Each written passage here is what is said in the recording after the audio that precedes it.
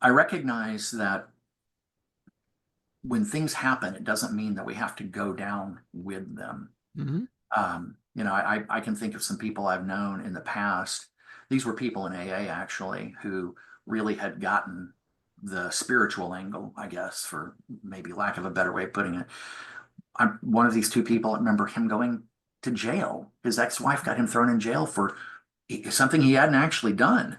Oh, And wow. he was in there for about 6 weeks, and everyone was just floored by, they would go to visit him, and he was fine. Yeah. He was fine. He was just, yeah, this is how it is now. It'll change. It'll be okay. Yeah. And I've told you about the other person, the guy who lost his sight. His wife wouldn't Yeah. help him, and he because of that, he had no way of getting around unless people who knew him helped him. And he was never fazed by the things that happened to him in his life. He always just rolled right along with it. And so Mhm. yeah, you got a tree that falls and hits the line. Your wife is having, constant health issues and going up and down. And, we've had a handful of other things going this week. One of our dogs is sick with something, and we don't know exactly what it is. We got to figure out how to pay for the scan that he needs because the scan is kind of expensive. And there's Mhm. more. I'll just make the short list for right now. But Yeah. suffice it to say, it just seems like in the last 7 days or so, it's just all of a sudden everything just seems to be just raining down on us. Yeah. And and I've been tired, and that can make it difficult. Yeah. But then when that whole thing happened with, that I emailed you about with Susanna's niece, Yeah. telling me what I needed to do, it was just like the final straw. And at that point, just it was like everything cratered, you know. Yeah. And that that still seems um, avoidable. That seems unnecessary. That seems like it doesn't have to go that way. Hmm. You know, It's true. why suffer needlessly, which is really all of it. Hmm. It's just the difference of knowing when you're in the midst of it that there's another opportunity, there's another option, there's another way to experience this situation because we often don't have that bandwidth.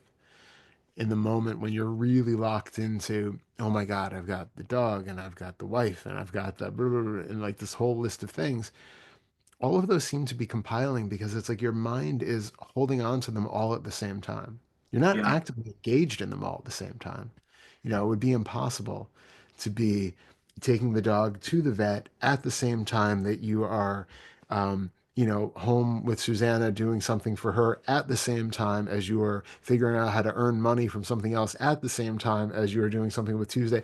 Like, we don't act like that. There's only one of us that can be doing one thing at a time.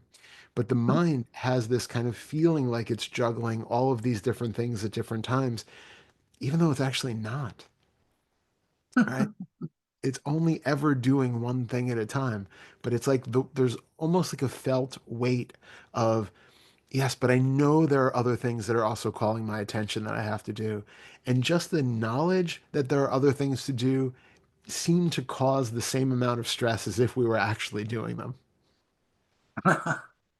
You know? That's a great point. That had never occurred to me. I mean, um, not hearing you say it seems so obvious, but Yeah. never once did that perspective cross my mind, become Yeah. apparent to me. Yeah. So we don't have to really figure out how to get out from under the heaps and mounds of things that are going on in our life. Because again, they aren't. There's one thing at a time ever. What we have to do is just find out how we can find that kind of lightness of being, even with whatever the difficulty of the moment is. Hmm. So for the guy who was in jail wrongly for 6 weeks, for him, it's like at any given moment, you're here, but can you see that being here isn't what you think it is from the outside? So the people are like, oh my God, you're in jail. You're in jail wrongly. This must be devastating for you. They're putting on all of their expectations of what it would feel like to be in that position. For him, it was just sitting. It's just being being in a place where they're giving you a meal 3 times a day, whatever it is, like however your framing of it changes the whole experience. And all of those levels of like, oh, how dare she, and she shouldn't have, if he wasn't engaged in all of that, then it's just this kind of natural contentment of being here. I don't know if he had any sort of spiritual practice, but I think it's something that's available to everybody. We just, some of us have like a natural proclivity towards that kind of, yeah, everything's fine. It'll be okay. And some of us are more like, oh my God, I can't take it. There's like so much because we're just turbulence, turbulence, turbulence. So if we can find that, how to find for you that particular type of just, for me, I really experience it as just a lightness. It's like, it's not a visual, perceptual light, but it's almost like an internally felt sense of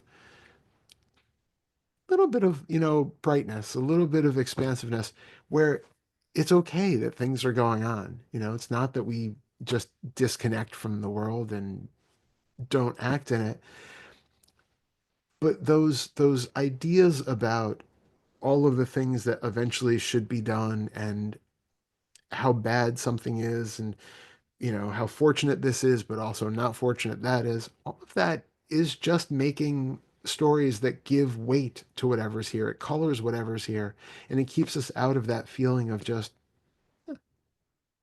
content that's there. You're saying that the narrative that we create around something um, is what um, colors our view of what's happening currently. 100%. Okay. Yeah, any thought that we have about it, even if it's even if it's well, I would say even like a resistance thought is still kind of creating a narrative.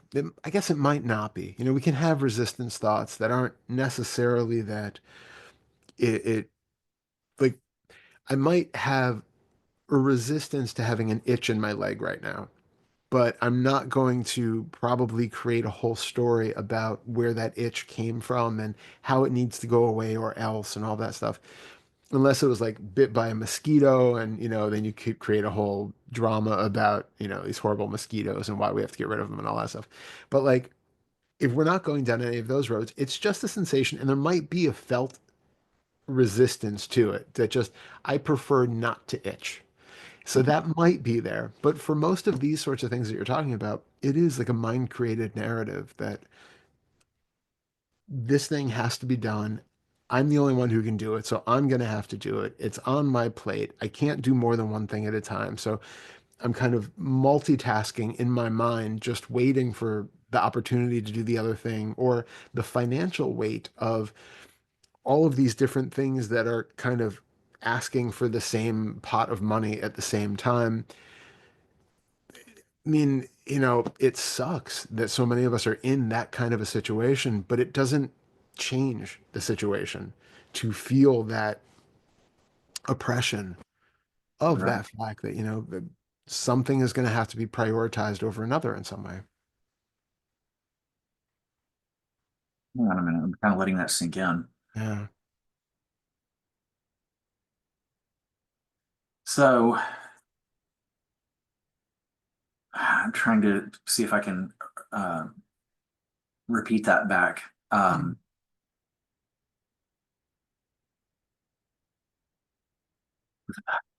I lost it. I had it and then I Yeah. lost it. I So, love when you rephrase things, so make them much more succinct. so it's that we, well, let me see if I've got this right. Suddenly what popped in mind was that line from, forget which one, but by Shakespeare, that nothing, things are neither good nor bad, but thinking that makes them so. Yeah, yeah, exactly. There is so much non-dual wisdom in that line. In there. Yeah, it really is. It really is. It was really brilliant insight that he had there. And so succinct. Yeah, A couple completely. sentences, pow. Yeah, I haven't learned that yet. That's a skill that I have yet to master. I just, I heard you say that. Tuesday's leaving, so everyone's very excited by the fact that her boyfriend just appeared at our front door. Oh, it's funny. I can't hear anything. I think Zoom has like wiped out all of the background noise, so I can't actually hear anything That's happening there. amazing. I'll be curious Yeah. what it sounds like on the recording here if it's audible. The Oh, others. okay. Now I'm getting a little bit. I got a bark.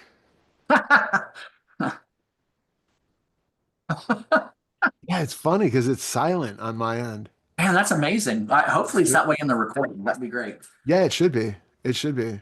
One There. moment. She's not going to be content until I let her go chase down whatever she's going to chase down. See you in a few minutes.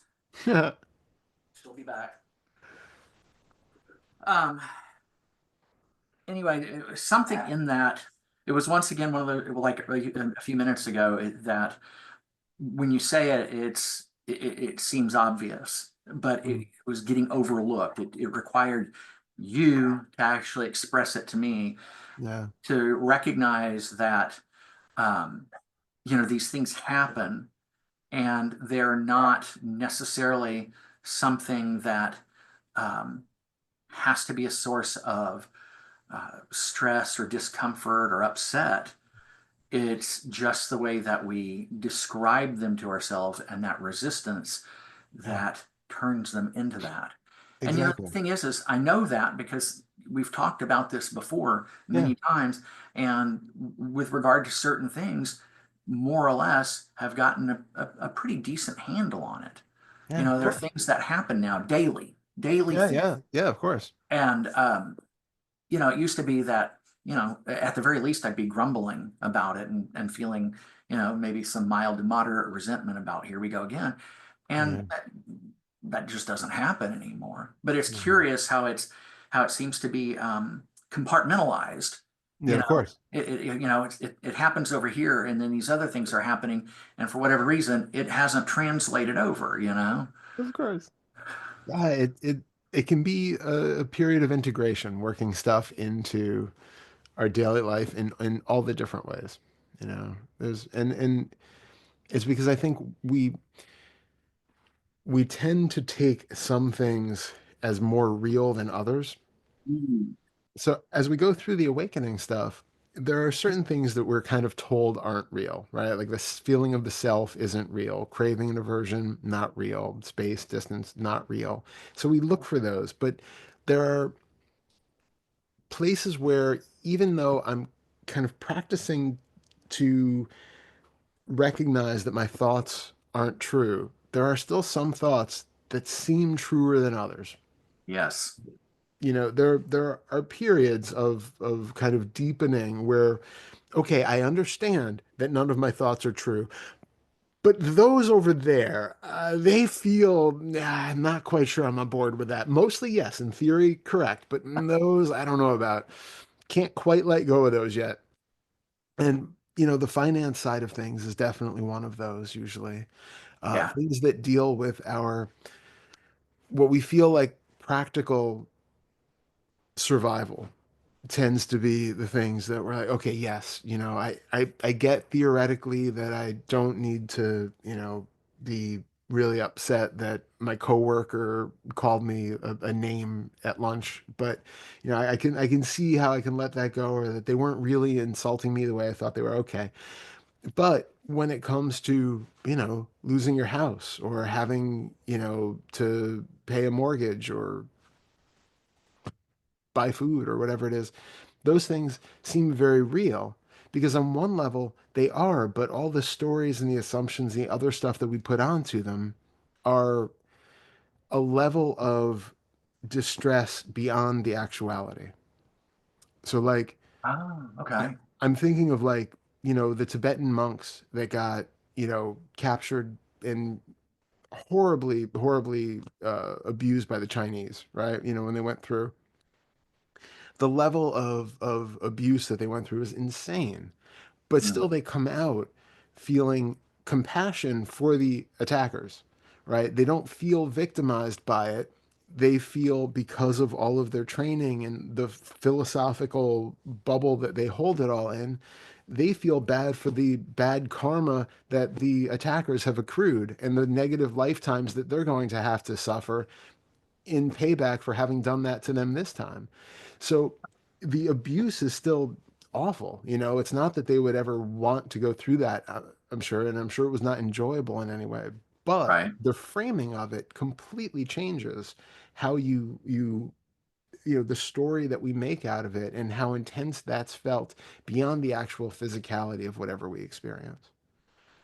Um, it's tied in with all the ideas of that we feel like this little subsection of now is the thing that is determining whether this is going to be good or bad. You know, like you having the tree limb fall down, if you just stop there, well, that's a bad thing, right? Like tree limb fell down, almost hit the power lines. Okay, but it almost hit the power lines, so it didn't hit the power line. Okay, well, I guess it's a good thing then. The tree limb fell, didn't actually take down the lines. It's a good thing. Okay, but we still have to pay for it to get fully taken down and got rid of the. Okay, so that's maybe not a great thing, but it's not as bad as it could be. But then something else might happen where it actually turns out that it was, a really good thing that it happened that we can't even fathom right now, or that it turns out to be really, really bad thing. But at each step along the way, we're just defining it as being, well, as of the information that I have right now and the little viewfinder that I look through to say that the event is like this, it's a good thing or a bad thing. But we never know beyond that. So even those like, really awful hardships that we experience, we don't know where that's going to lead. I had a friend who um, they have a friend who underwent a surgical procedure and it went very bad. And basically, the person was um, un, unconscious. They thought brain dead for days. Like they were on life support. Really looked very, very bleak. And the person had cancer before this, went in for a separate kind of operation for something else that needed to be done. So for days, the family is basically thinking, she had a stroke during it, and it like, something happened. They didn't think she was going to pull through. Uh, this person pulled through and is now talking and fine. And interestingly, was apparently awake during this whole or aware during this whole time that they were supposedly brain dead and had an experience where they felt like they were held and loved and lost their fear of death.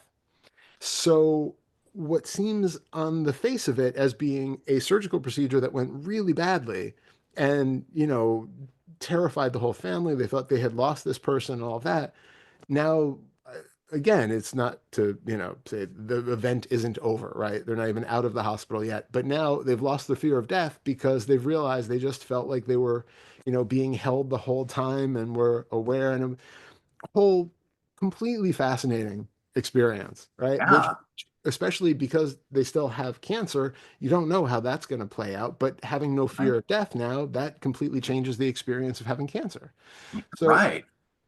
so it's having that kind of openness and humility to go, okay, we never know what is a good event or a bad event. We don't know how anything is going to play out on either end of it. And it's only that sort of false feeling of knowing that we slam on top of it that makes it either a good event or a bad event.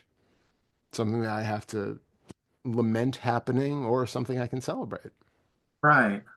And that's something that I've been kind of looking at in a way because I've noticed that when things are happening, there's this nonverbal thing. I mean, there might be some talk, and I'm sure there are times when there is, but there are times where it doesn't seem like there's any talk. There's just this feeling in the body somewhere, kind of here. It seems really very centered in the head. That's just a mental resistance. It's just like a mental Mm. no. Yeah. And that oftentimes is where everything starts, is just that mental no. And then the talk will begin. Then Yeah. actual sentences are heard, or snippets of sentences, and then on it goes. Is Um, is the mental no more physical? Like, does it feel like there's like a physical tensing of the muscles in the neck, head, face, shoulders? I haven't been able to get clear on that because I have looked at it. I've been trying to. There was something you said in one of our previous conversations about this, and so it led me to try to get clearer on that. And I haven't had, I really haven't had much luck with it, but it does seem, it does seem like there is a physical component. If there are contractions in the muscles in the face or head, I guess for some reason they're not really clear. And truth is it probably is because I've noticed that a lot of times the facial muscles and the jaw will tense up, and it will go under the threshold of awareness for a very long period of time, Yeah. and then I'll snap to me. You're tensing your jaws. Relax. Yeah. Yeah. It's sort of because I think we have, and I don't know the medical explanation or the biological explanation of this, but it does seem like we have a couple different levels of sensation that we feel. Whereas, like, right now, I can feel a sense of it's sensation that would be regarded as pressure or tension or something through, I'm trying to like create that sense of a no feeling that you're talking about. And it's like I can feel this kind of internal pressure sensation. Um it's almost like a really com compacted magnetism where it's like, do you know, if you think of like a magnetic force, you have that Yeah, kind of a force field. yeah, It's almost like that. But if you like were to actually move your physical muscles, it doesn't necessarily correlate in a one-to-one with those kind of like activatable muscles, right. but it's still something that's felt. It might not be that I can specifically say, well, it's this muscle right here, it's this muscle here that is tense, but there's a feeling of pressure or tension or gripping which is Yes. happening there. So instead of looking for, okay, well, specifically I'm tensing up in my jaw right now, or I, need to relax my shoulders, instead of going that route, see if when you have that feeling of that internal resistance that's just kind of there, that just internal no to something, which we should probably come back to this and just talk about the body yes, body no thing in relation to that, just to make sure it's not that kind of a thing that we're talking about. But if it's like, just a resistance to something that you have to do, maybe there's no good reason for not wanting to do it other than, or maybe you're being triggered into not wanting to do it because of, it might help if we actually go into a specific example of it, but just to make the point that when that's there, you can still feel that more vague sensation as still just a sensation. And you can hold that. And that's one of those perfect ones to question. Does this mean what I think it does? You can hold that pressure sensation and go, does this actually mean that I don't want to do this thing? Does this actually mean no? Does this sensation like how does this sensation relate to that particular thing that I need to do? How does this sensation even feel unpleasant or uncomfortable? Can you Right. just be with that and notice that it's just a feeling of pressure that's happening in that area and is quite neutral. And then you have all this other space that you're aware of where it's just neutrality happening in space. And then it's like there has to be a thought attached to that to make it into something about that situation and whether I want to do something or I don't want to do. That sensation that's happening is like the scapegoat of that that whole moment of resistance. You know, Say that again about the yeah, scapegoat. we're kind of the sensation itself is like the scapegoat. We're kind of blaming it for the feeling of resistance. Ah, okay. I see. Right? Because like you said, like, that's there and then you'll have thoughts about it afterwards. But it's like we just have this kind of ambiguous, rather neutral sensation in the body. And it's like, it's your fault they don't want to do this.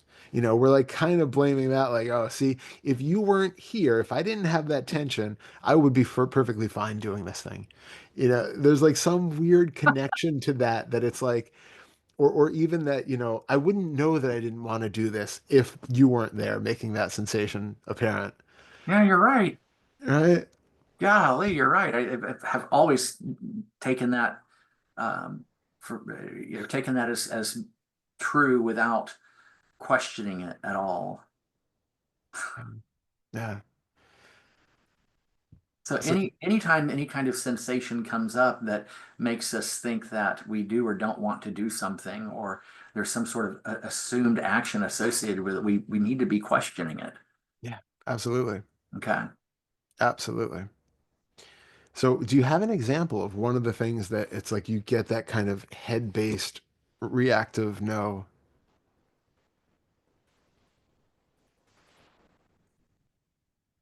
Trying to think of something that comes up with some kind of consistency. Yeah.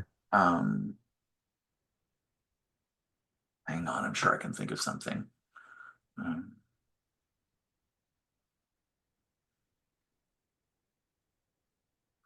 I wish I could think of a really good one.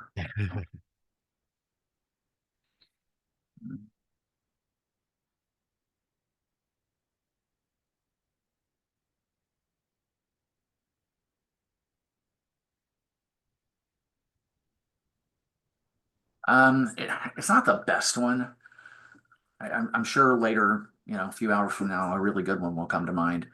But for right now, just to have something to work with that does fit the description more or less, I guess it would be, um, and even this has changed because I've recognized the need to soften my attitude about this, but it does oftentimes show up with regards to having to pick up after Tuesday Mhm.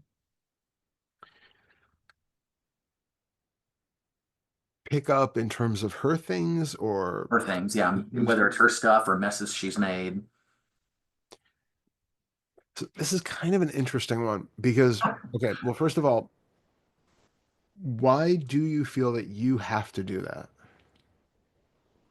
Um, because if I don't, it, it more probably won't get done. I mean, she just does not pick up after herself. And what if it didn't? Um, Eventually, various places in the house become really cluttered, dirty, and in the case of the kitchen and the den, um, you'll get things, you know, food, Yeah, uh, whether it's the stuff that's been used to cook it or the product of cooking it, it yeah, just piles up.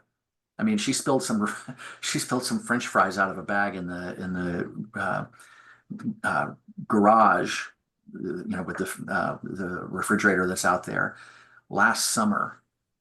And I've been waiting to see if she'll ever get around to it. And I've asked her to a couple of times, and they're still there. wow.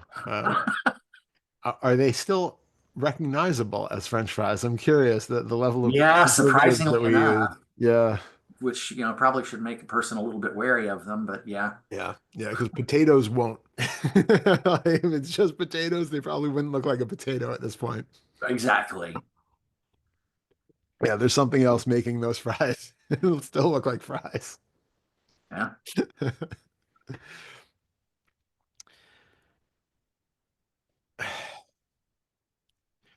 Again, this is a little bit more complicated because there is in that still a choice on your part that you prefer to live in a house that's not cluttered and that's Yeah. not overrun by insects and other little vermin that are trying to eat the leftover food. So we had talked about this previously at some point that you still prefer to pick up the stuff to leaving it because of the consequences of, you prefer the consequences of having a clean house to the consequences of having a dirty house. Right. So there is a level of preference that's still being met there. You might prefer ultimately that she actually do it herself so that Yeah. it's not on you like everything else.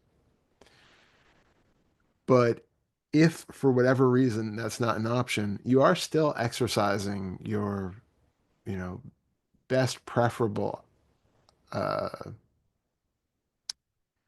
option of how things go. I'm not sure I So phrased that clearly, but is it the fact that there's this choice in it that is uh, that causes this to be less than ideal as far as something to work with? yeah, well, yeah, and yeah, because there is still the option, hypothetically, that you just don't do it and you still let her do it. Or you just allow it to pile up until the point that you see what happens. A few French fries I can see her overlooking. There's a point where if she's not picking up her clothes, she runs out of clothes. Where, she's also living in this same kind of uninhabitable place. And so, in theory, I'm not saying that you should do it, but in theory, if you just went on strike and just stopped cleaning everything up after her. Eventually, there would apparently come a point where, she's also going to notice these outcomes. So at this point, you are just doing what is the most comfortable thing of living in a clean and orderly house as opposed to living in squalor and disorder. Well, I don't know if this one will be any better. Yeah. I'll throw it out there. Maybe it will. Um, and I've mentioned this to you before, the educating myself with regards to instrument repair, electronics, and all of Yeah. that in order to um, uh, be able to uh, do those things Yeah. as a skill and hopefully turn it into a livelihood. Yeah. And like I said, we've talked about it before, but the thought to go do those things, that that mental no pops up automatically. Just it's always right there, and it that silly little ephemeral feeling manages to stand in the way of getting things done. Yeah. Curious on this one. When it comes up, well, okay, does it always come up when you're talking about doing, learning? Hmm. Sadly, it's unfailingly reliable. So I know that intellectually, it seems like a good idea that you would like to learn how to do these things and maybe, I'm assuming, earn some money on it and have it like a sideline of a business. Right. What beyond that is drawing you to learn how to do this? Is there something beyond just well, on paper, it sounds like a good idea. It's a mixture of I've always had an interest in these things. Hmm. Um, and I mean, like with the instrument repair, I actually learned how to do that some years ago when I was the a music store I taught at. The owner did instrument repair, and he had all the tools, and he over a period of time, because I was there for 10 years, Yeah, he taught me how to do that's awesome. all the primary stuff. I can still do it. I just need the tools for it. Hmm. And I need to kind of do some of it again to kind of refamiliarize myself with some of those things. But uh, so it's stuff that I've had some experience with and I've enjoyed. Same with the electronics. I mean, that goes back to, when I was a little kid and I had an interest in that kind of stuff Mm. and actively did those things. And there's some enjoyment in there. Hmm. It's enjoyable to do. But for some reason, even though these things are enjoyable, and I have varying degrees of ability with regard to these things, it just doesn't happen. And we've talked about it before, and I've always been perplexed as heck. Well, Yeah. why the resistance? It's something you've always liked.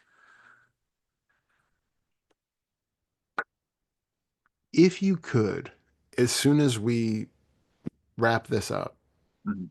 go and work on that.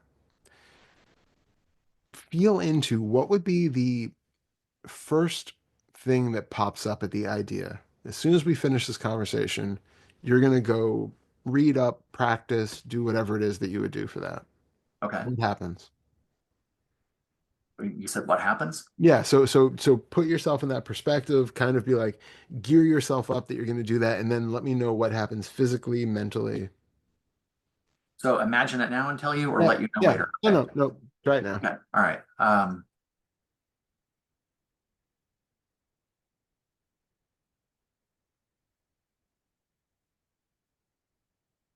So this sensation, I don't know how to describe it beyond that, that kind of centers on the head and down through here some shows up. And it's kind of like what you said, that like trying to put two magnets together. Mm, And it does, it's interesting because when trying to dig into this in the last few weeks, it's been described as energetic, and I go mm, back to that description. Um, but beyond that, I can't tell you. It's very difficult to describe beyond that. So I'm glad you said what you did about the mm, magnet. Um, so that shows up, and this sense of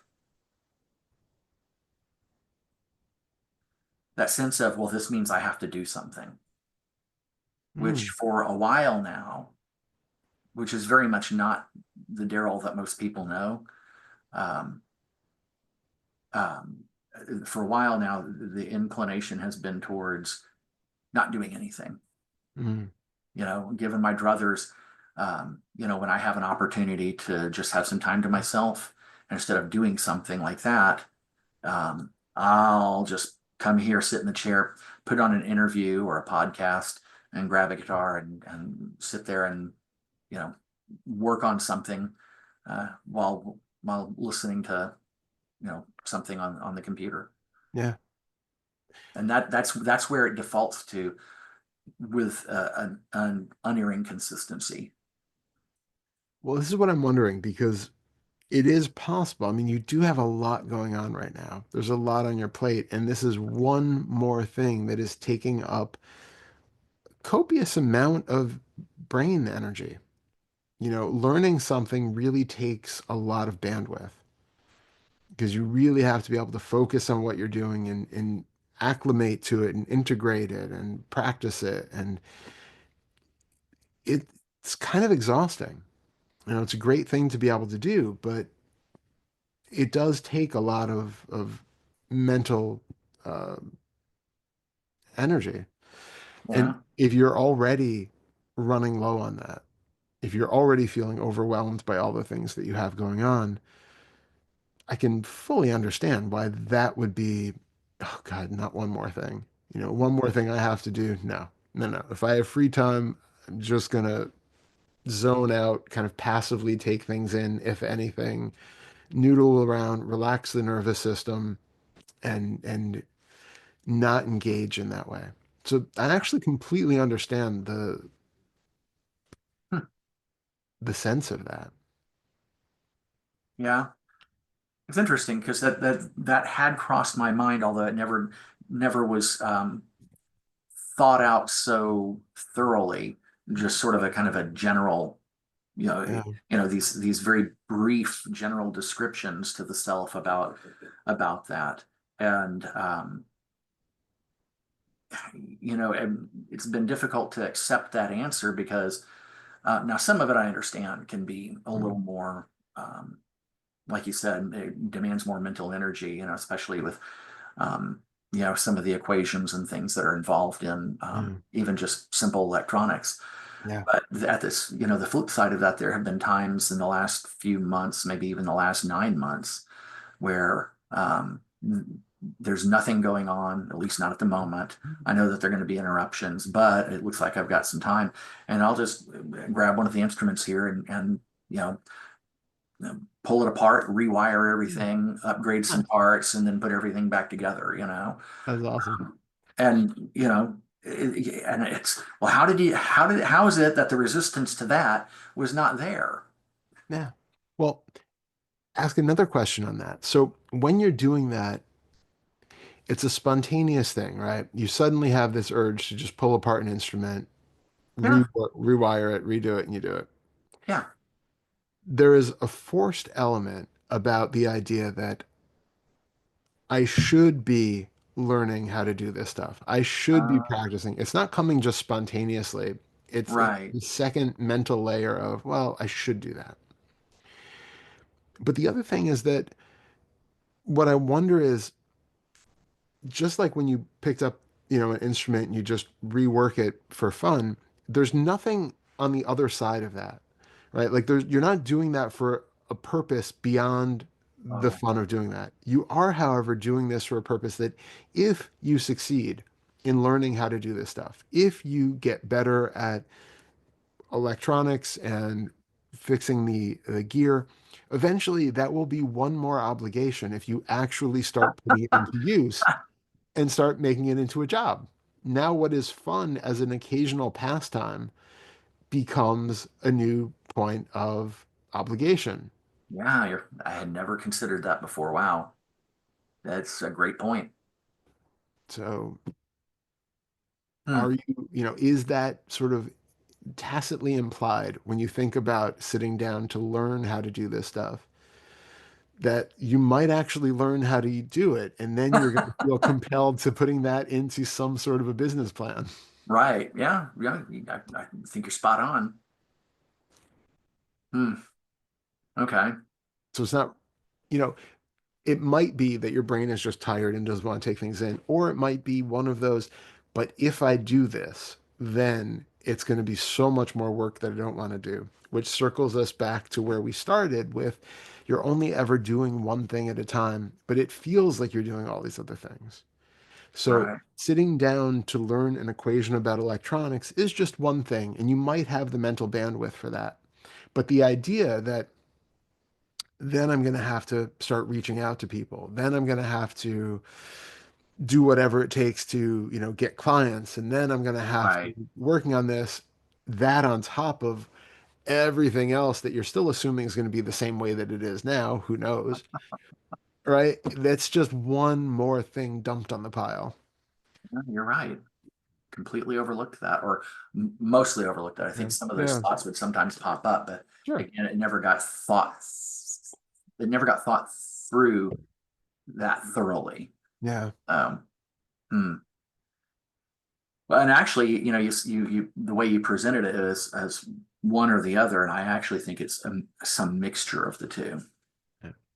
Yeah. Makes sense. Yeah. You do have a lot going on, but you don't have a lot going on every moment of every day. So it's like Right. there are probably times where one is more applicable than another, Yeah.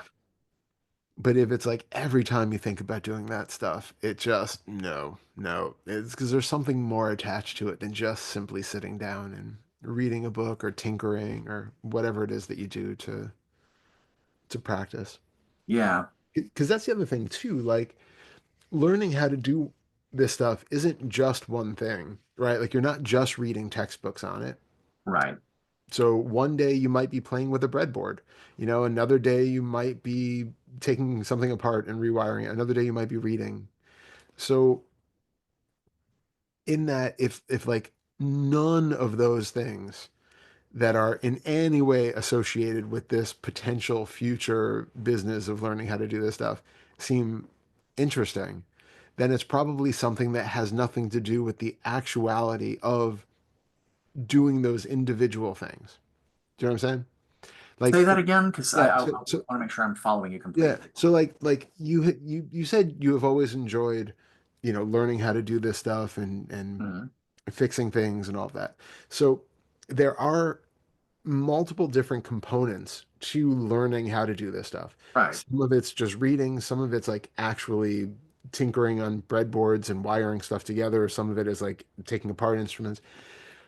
If none of those seem interesting to you in a particular day, if you have like a resistance to doing any of those, it's probably because either you are just so drained that you just want to sit down and, veg out, or that they are being painted with that same overarching brush of future obligation. That if I Right. do any of these things, because otherwise, if you were just like, well, today I just want to sit down and build a new pedal, or I just want to sit down and, figure out how this thing is wired or whatever, that if it had no connection to anything in the future might still be fun, right? So like you can try that out for yourself. If you think about doing this stuff and you get that feeling of a no, first thing you can do is, okay, so like it's kind of like a what do you call it? Like one of those tests to like put different things in front of you and see how you react to it. So Hmm. like what are some things that you would normally do that are on the way to this kind of business possibility? Well, more or less what you've listed off. I mean, there's a fair amount of reading and study, and then on the kitchen table, which is never used for a kitchen table, sits uh, several breadboard with all of the stuff that you need to have with them. Um, I've got various things that either need to finish, like I've got various pedals that are in varying degrees of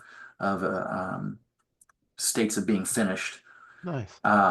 that need to, they need to be completed. I've got things that need to be repaired that I started to work on, and then I haven't finished those. I've got a friend who uh, sent over a power amp and a um, I can't think of what it's called. Basically it's a sound module, um, that's part of a keyboard rig. There's a MIDI module that needs to be repaired, and it's a minor repair. It's nothing Mhm. complicated.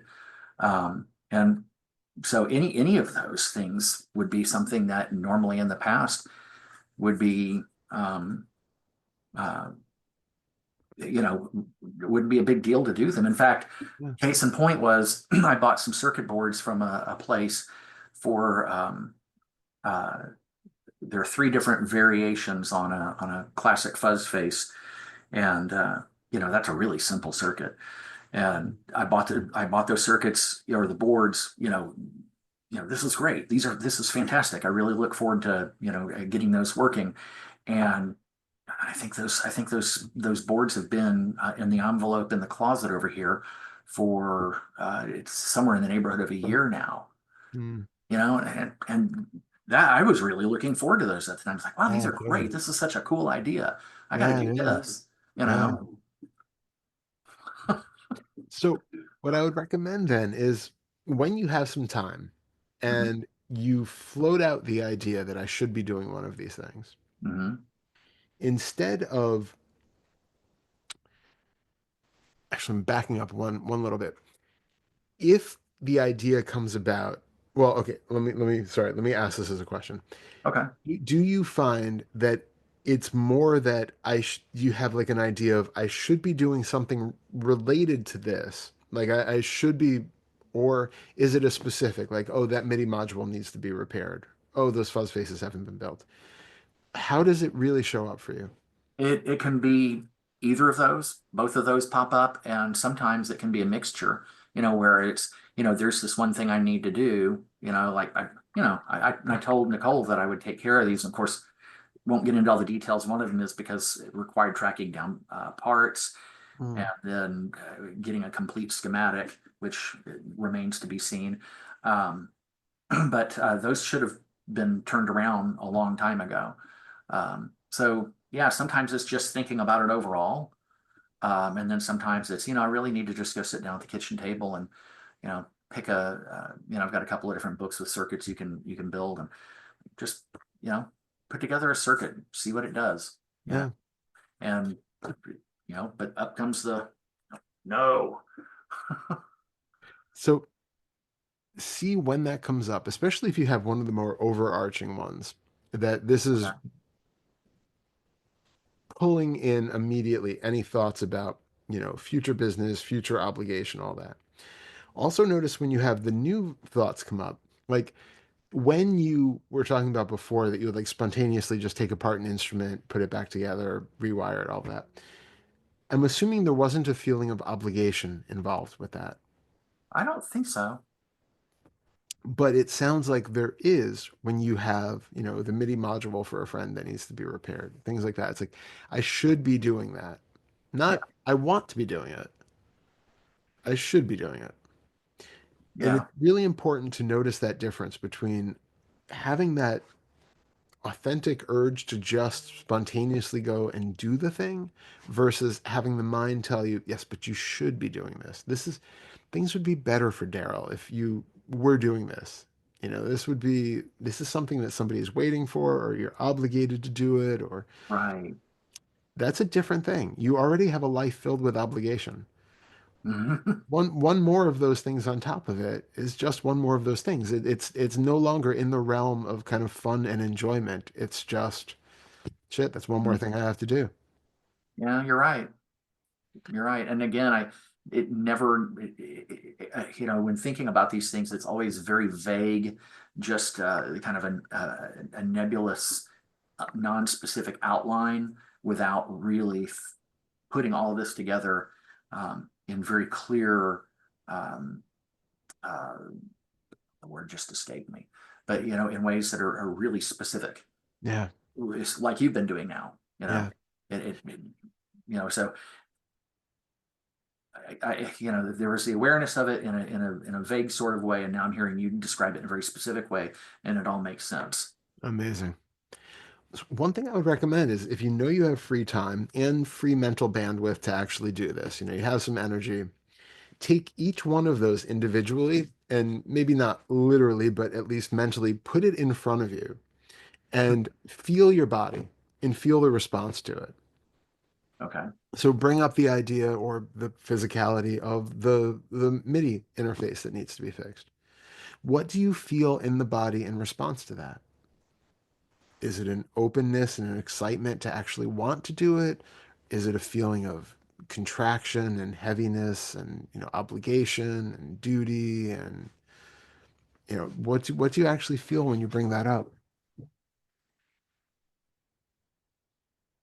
Hmm.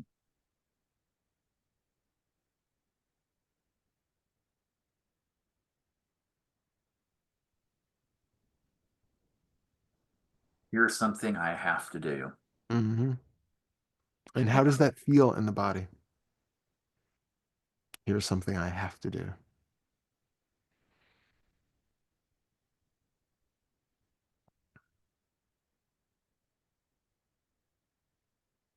It's that same magnetic quality that you Mhm. talked about earlier. Yeah. And now bring to mind reading about learning something about the electronics or whatever.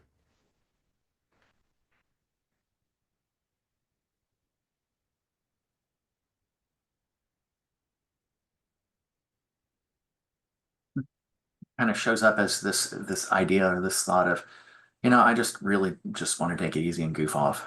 Hmm.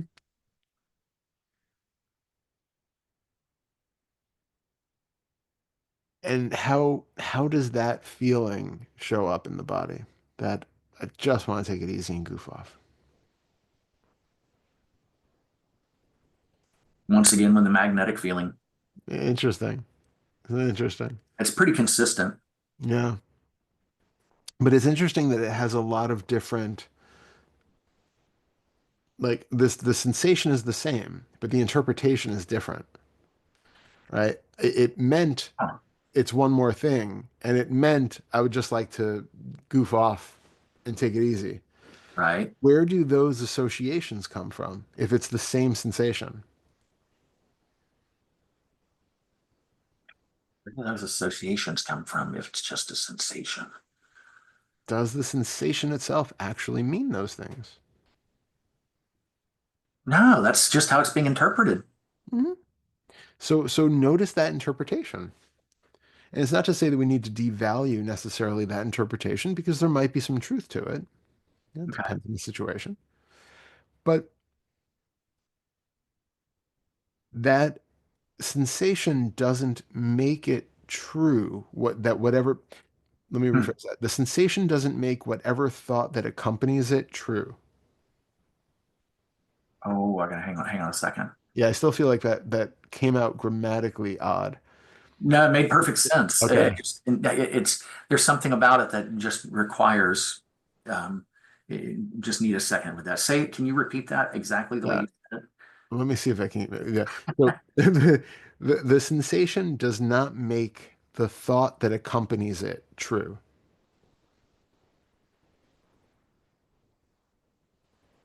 That's really great.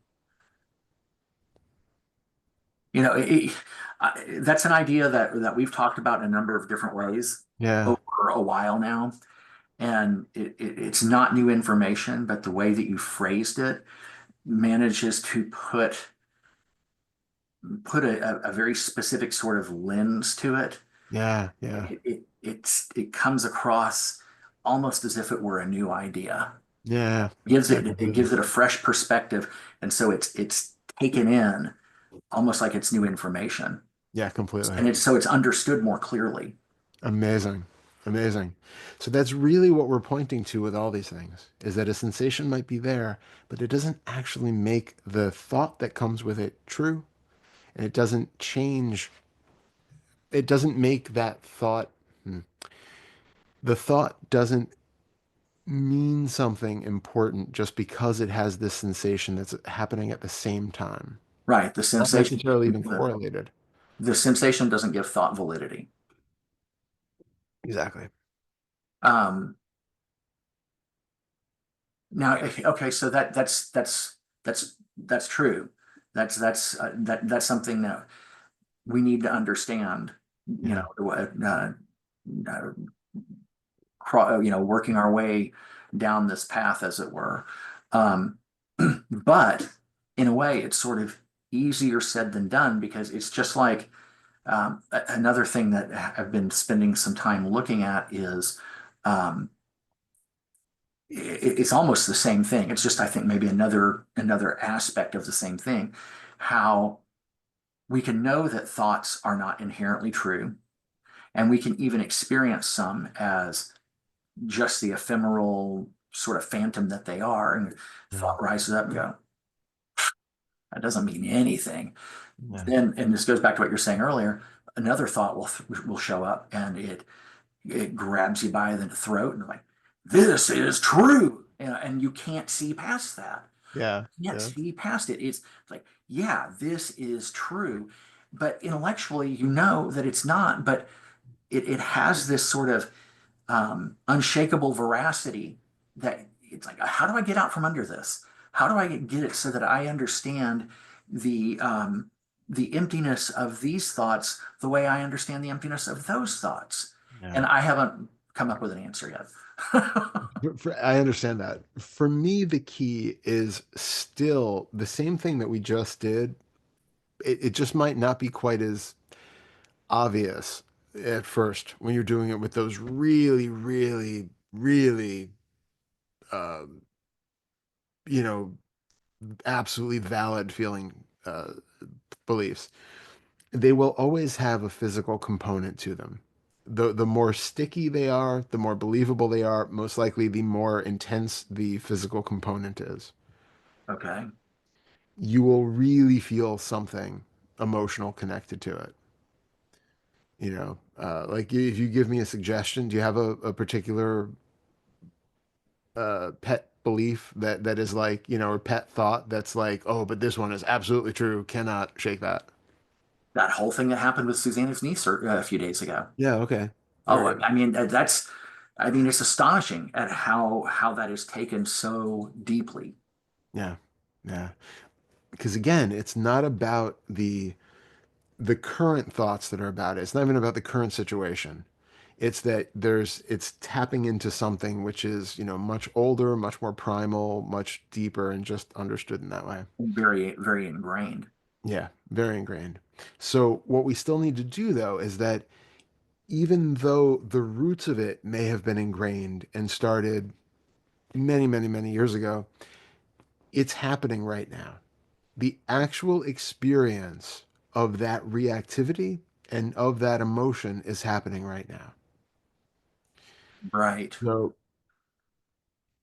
if you could, in like a phrase, can you sum up what that whole situation kind of meant to you that was so triggering. Okay, hang on a sec. Yeah. What that meant, that was, Yeah, like the part of it that was really ingrained, that feels like it hit that truth button. ooh, ah, okay. How would you sum that up in a statement? Hmm. I wonder if some of that, let me see.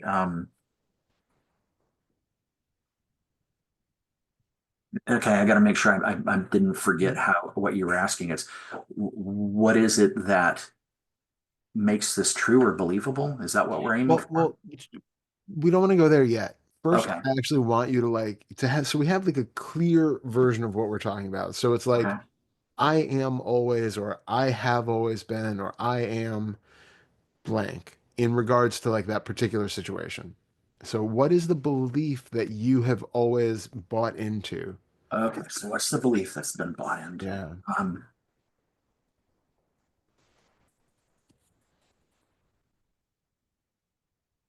hmm.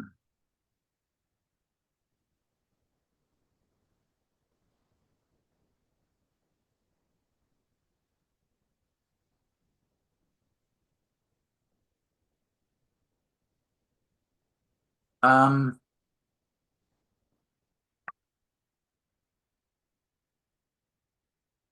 that's really it's hard to pin down, at least in terms of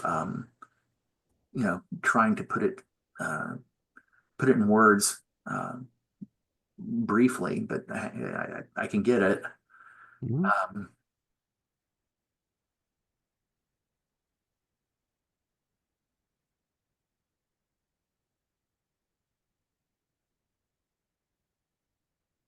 Anything I say is going to be incomplete because I'll think of something and then I'll realize, well, but there's also this.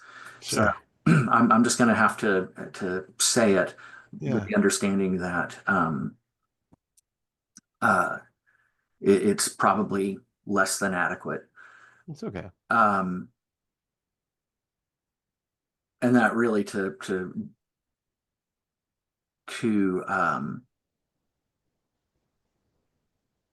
describe it um, in a complete way requires more language. Mm. But for sake of brevity, I would say that it's this may sound like it doesn't make any sense, but it it seems like it comes up with just the simple idea that you're no good. Mm. Okay. So when you say that, you're no good, does that feel true? Sometimes it does. I mean, it's truthful when I have said to you the times I've reported that there has been a certain level of freedom that has been experienced with regards to this stuff. Hmm. Um, but for instance, when Susanna told me what she said the other day, it felt just so solid and real in that moment. Hmm. And even though I don't feel it the way I did in that moment, I can still kind of recall it because Hmm. it had this. Um, it's almost like getting hit, you know? Where? Let me see.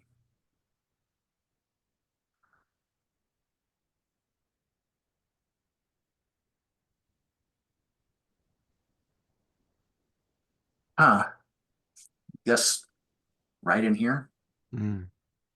and if we had to narrow it down even further, probably right here. Mm. So when you feel that I am not good thought or something related to that, and it really seems to hit and it really seems to feel solid, you're feeling sensation, right? Right. It it's that. Just like we did with this kind of magnetic sensation, it doesn't make that thought true just because it appears. Hmm. So what we want to do, even in those really intense situations where it really feels true, We want to feel the raw sensation that is showing up. Just like we feel that magnetic feeling in the head, we just feel that impact in the heart and that sensation that seems to be pulsating, vibrating, whatever it is through there. Okay. Just hold that. Hold that sensation as it is. Let me see if I can get Yeah, that to show up. Um,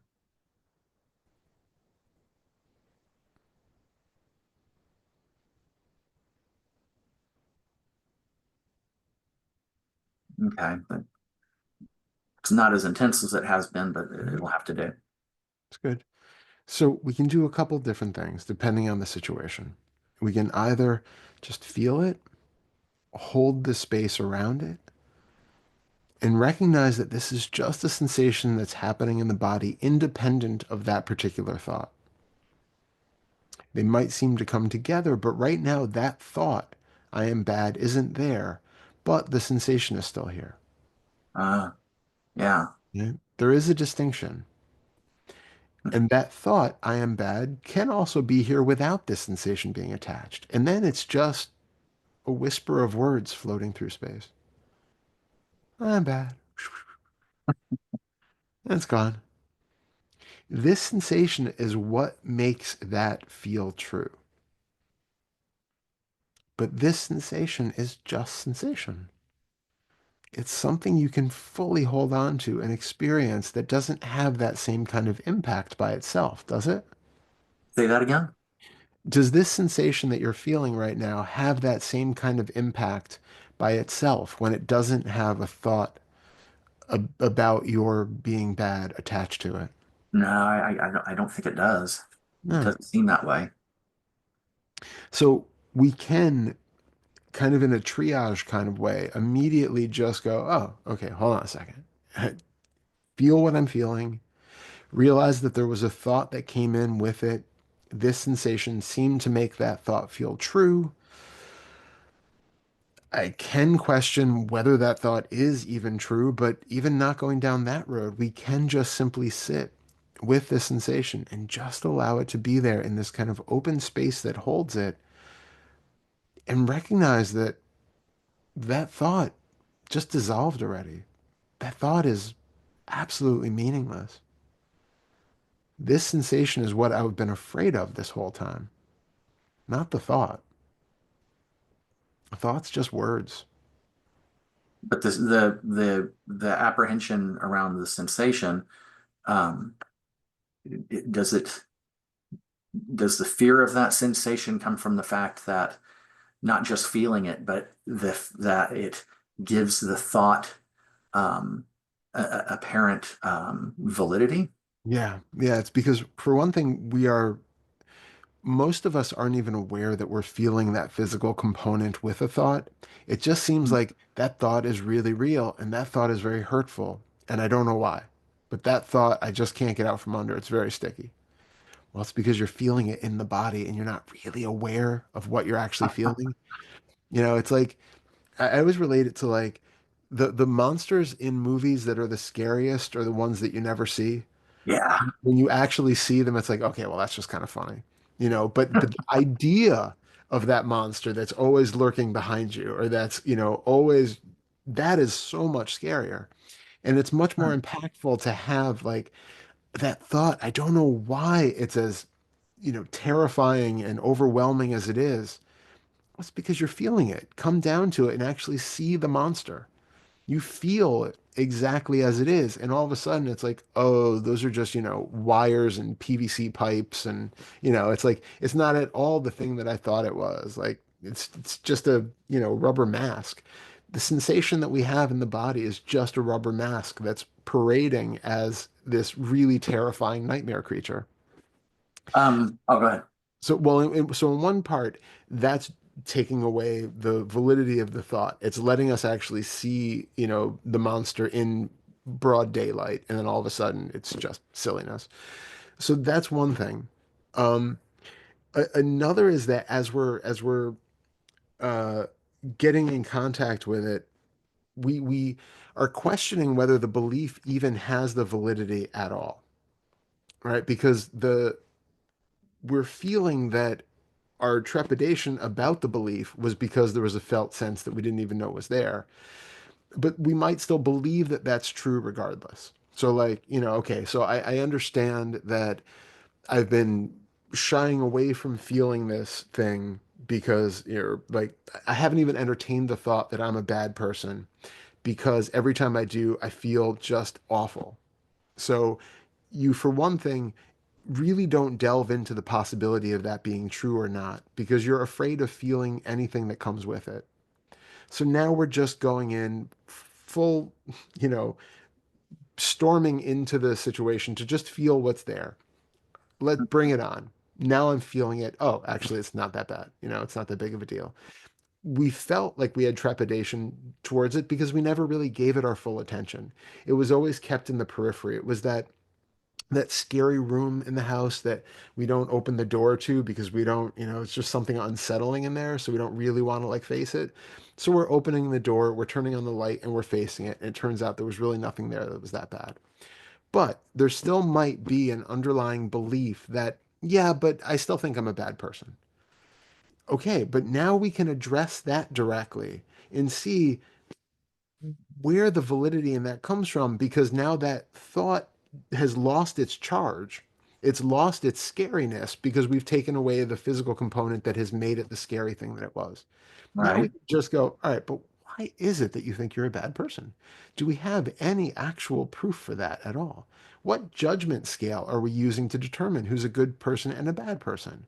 Right. Shine the light of reason on it then. We've gone into just the experience with the pure felt being and experienced it as it is and found out that it wasn't the way we thought it was. So now we can use the light of reason on that belief that we just think is true, that, clearly is not. See how much that goes to undermining it, undermining the belief itself, because the belief clearly isn't true. Most likely you're not a terrible person. So let that start to become undermined. And then that's where we also talk about doing the affirmations and things like that, because we're really reprogramming the system so that it no longer has that as an underlying belief. It's just one more thought that's in the system. We're kind of, the thought has come up multiple times. I'm a bad person. Well, now if the thought I'm a bad person comes up and there's no sensation there to, or there's no connection to the sensation that makes it something believable and scary and true and real.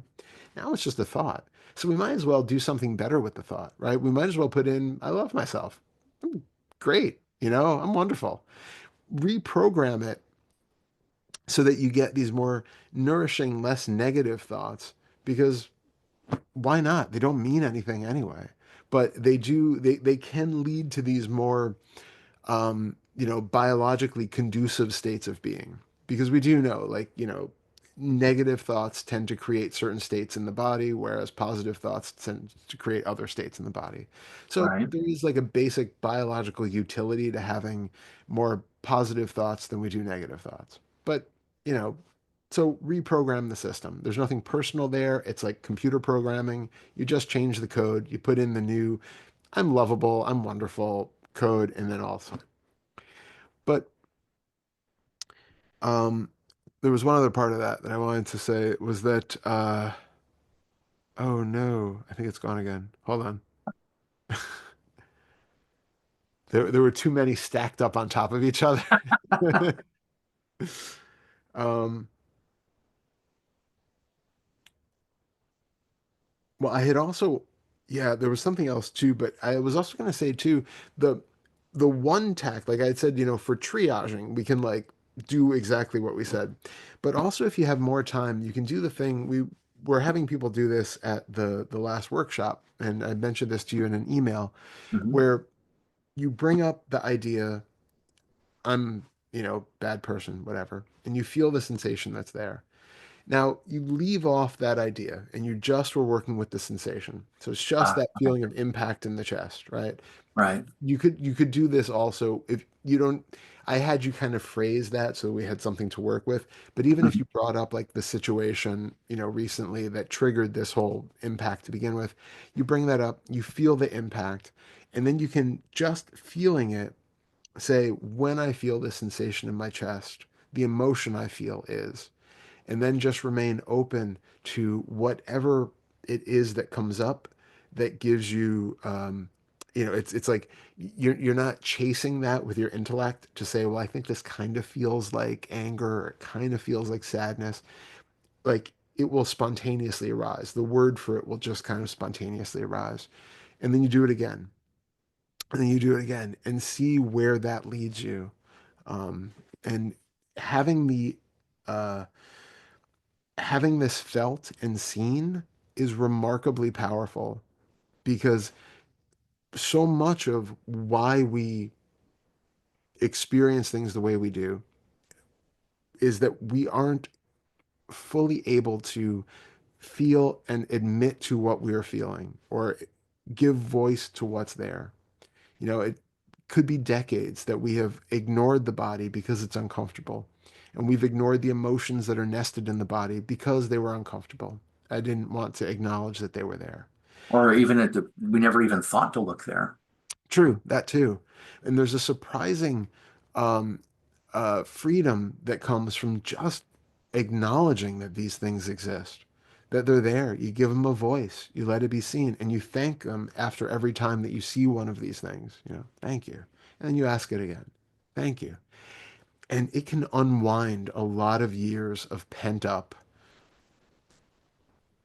emotion and tension, um, just because it's finally being met. I'm sure that in all the years that you have had harbored that idea of being a bad person, you probably haven't really communed with the body and asked what the underlying emotion is in that part at this moment, right? No, I have not. Yeah. Not never started doing anything that resembled that until you and I started working together. Yeah. Yeah. So I don't know if this is meaningful or anything of that sort, but it occurred to me as we were talking through that last part, and this may just be splitting hairs, but it dawned on me that that belief is, to be really specific, is there is something wrong with you. Mm. If you bring up the idea, there is something wrong with you. Mhm. Where do you feel that in the body?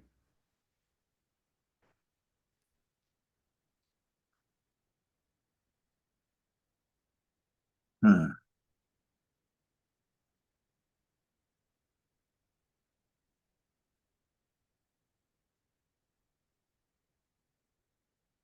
That's just right in here. Mhm. Good. So feel the sensation and then say, when I feel the sensation in my face and chest, the emotion I feel is, and then again, just wait to see what emotion follows up and fills in the blank.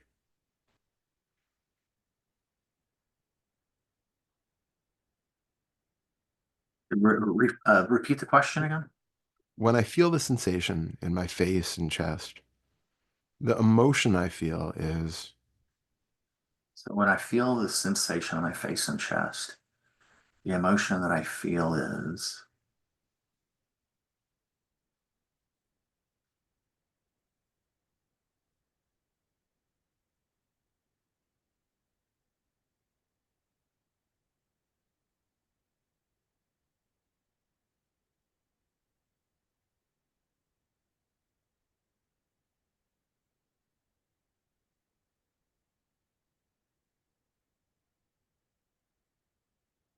um, it seems like, I mean, the word that came up was hurt. good. Don't overthink it. We don't want to second guess these things. We're not consciously creating the word. Right. It's like just stay open and then whatever pops up, pops up. Well, the hesitation was because when I've done this before in the last week or so, that it seems like that's what comes up 9 out of 10 times. Hmm. Good. So thank you. So do it again.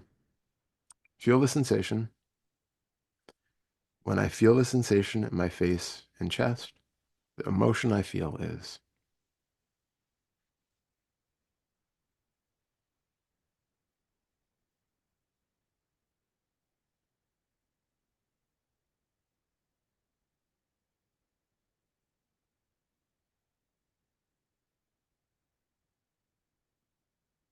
Scared. hmm, I was scared. scared. Good. Thank you.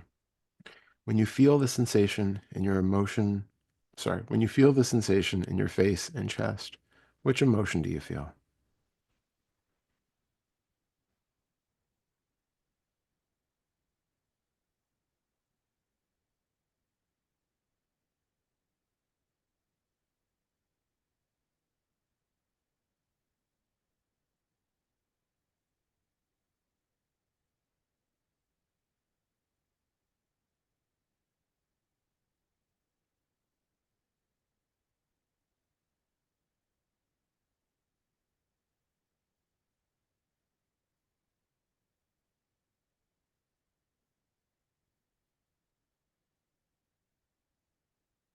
Sadness. Good. Thank you. When you feel the sensation in your face and chest, what emotion do you feel?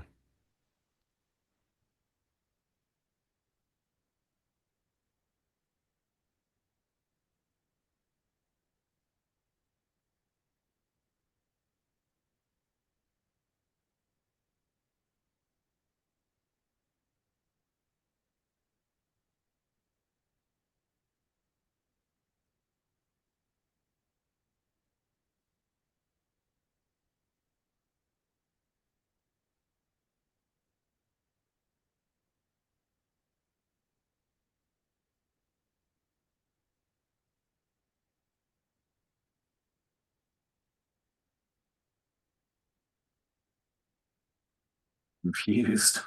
Mhm. Which I know it's Good. not an emotion, but Yeah, that's good. Thank you. When you feel the sensation in your face and chest, what emotion do you feel?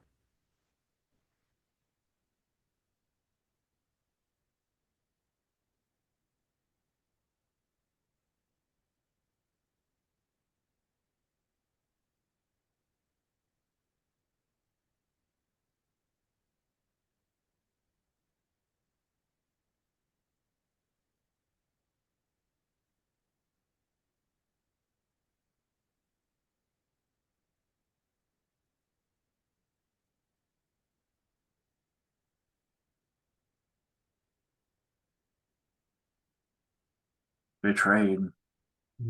Thank you.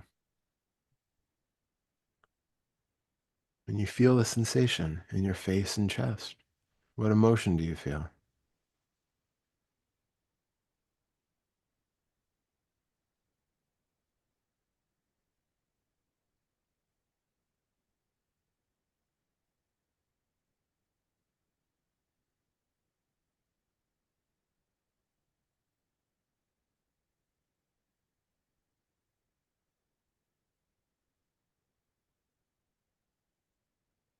Mm.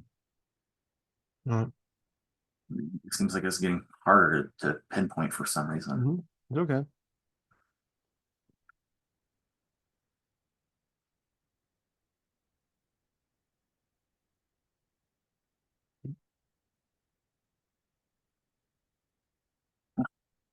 Uh, It seems um, I can't think of the don't word. question. Contradictory. It's not the word I was looking for, but because there was this um, fleeting sense of happiness. There you go. It's okay. Don't question. Okay. All Yeah. right. Don't let the logical mind try to impose what it thinks you should be feeling on it. The whole Okay. point. You do that. We all do that all the time. It's an immediate assumption that I know what this means. Ooh, yeah. Okay. So So again, when you feel the sensations in your face and chest, what emotion do you feel?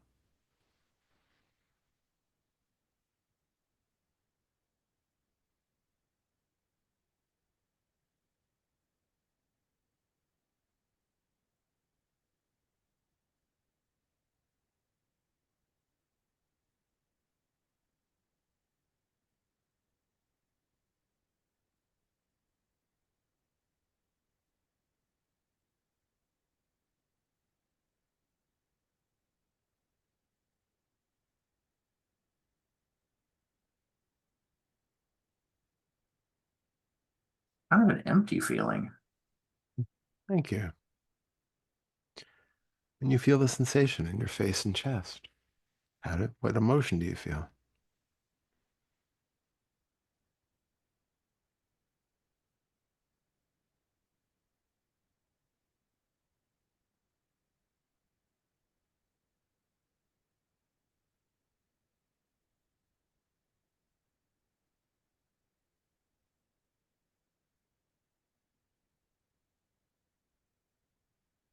Hatred. Sorry, I didn't hear what you said. Hatred. Thank you. When you feel the sensation in your face and your chest, what emotion do you feel?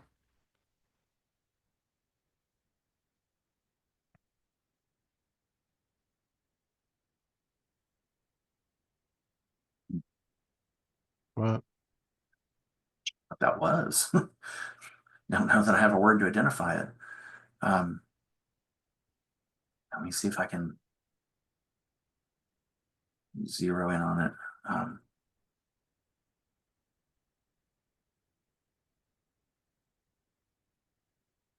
it's like something like shock. That's not quite it Mm, though. Not quite surprise. Okay, Something along those lines, but I really don't know exactly how to put it. What word to label it with?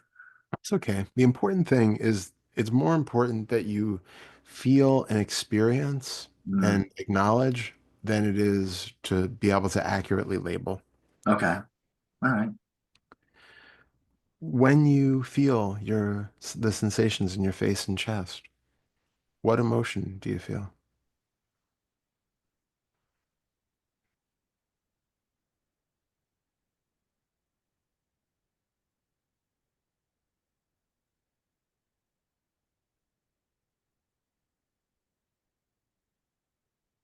Anger. Good. Thank you. When you feel a sensation in your face and chest, what emotion do you feel?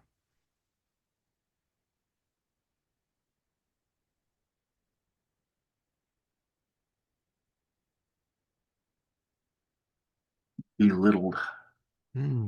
Thank you. When you feel a sensation in your face and chest, what emotion do you feel?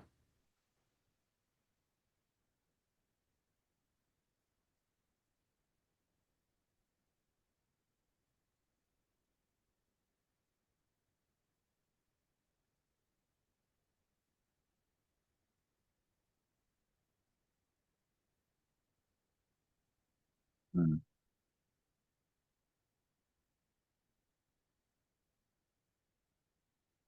Mhm. Another one that I couldn't tell you what it is. It's okay. When you feel the sensation in your face and chest, what emotion do you feel?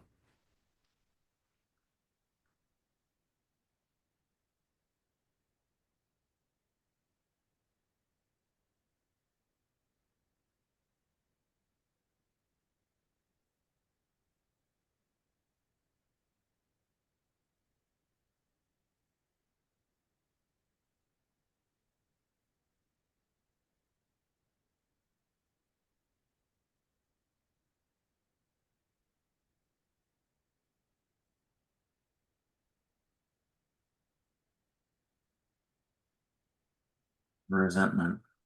Mm, Thank you. When you feel a sensation in your face and chest, what emotion do you feel?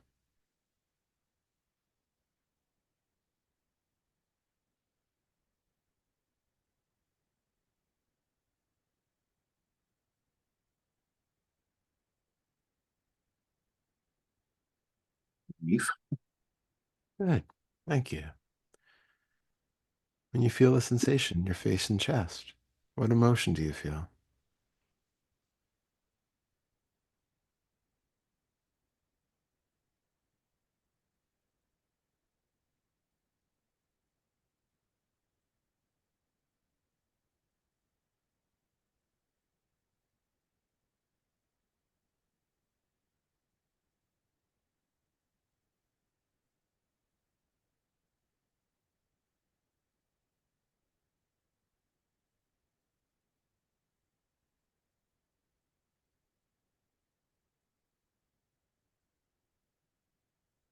Worthlessness. Mm, thank you. When you feel a sensation in your face and chest, what emotion do you feel?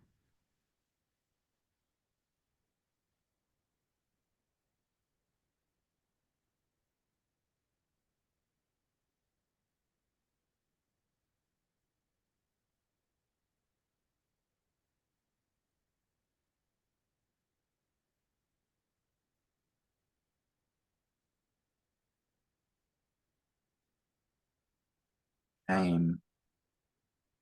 Good. Thank you. When you feel the sensation in your face and chest, what emotion do you feel?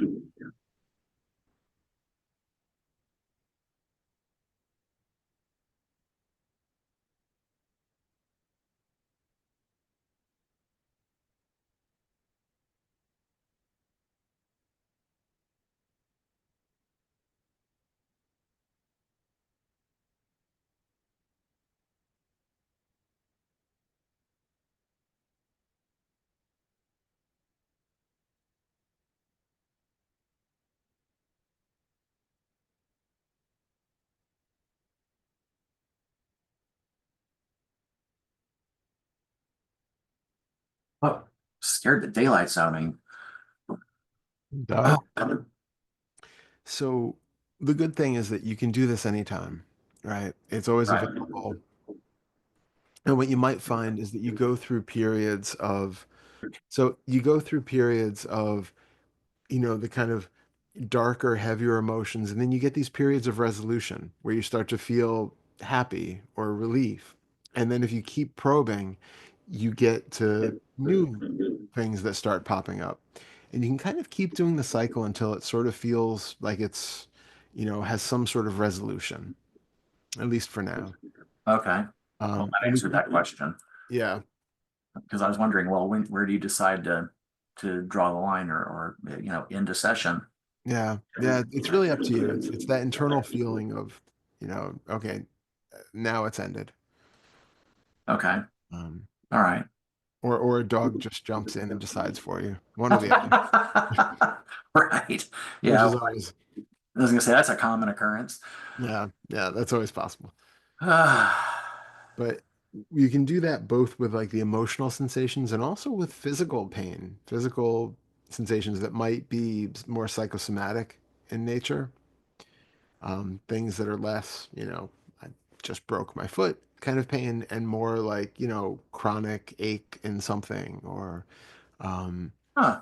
you know, yeah, something that seems to have maybe more of an emotional component to it or psychological component you can go into, and you might find that the pain in the area is just gone after that, at least for a period. So quite Wow. quite Okay. quite a powerful tool. Wow. I would have never thought in a million years to try it with physical sensations, Yeah, yeah, pain, yeah, especially. yeah, That's yeah, interesting. Okay. yeah. So give it a shot. All Okay. right. All right. Well, Well, I'll we talk to will you after talk a soon. while. Yep. Take care. Good luck with everything. Bye. Bye.